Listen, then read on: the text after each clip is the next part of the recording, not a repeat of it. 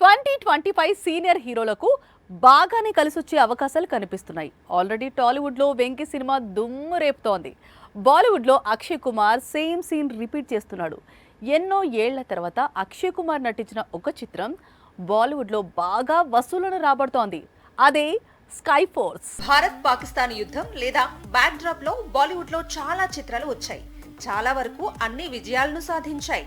ఇప్పుడు ఈ లిస్ట్ లో మరో చిత్రం చేరింది. అదే స్కై ఫోర్స్.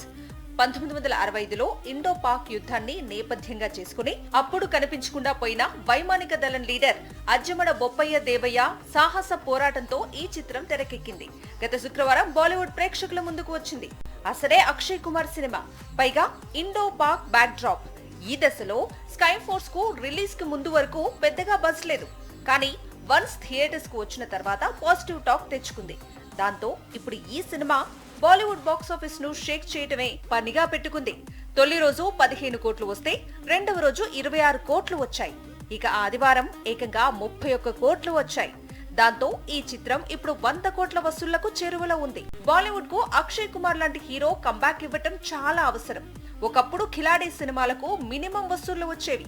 కానీ ఈ మధ్య కాలంలో ఖిలాడీ మూవీ అంటే డిజాస్టర్లే కనిపిస్తున్నాయి. మొత్తానికి స్కై ఫోర్స్ తో అక్షయ్ కంబ్యాక్ ఇవ్వటంతో హిందీ ఇండస్ట్రీ ఊపిరి పీల్చుకుంది. ఇంకా ఈ ఏడాది అక్షయ్ నుంచి జాలీ LLB 3, కన్నప్ప, హౌస్ఫుల్ 5 లాంటి చిత్రాలు విడుదలకు సిద్ధమవుతున్నాయి.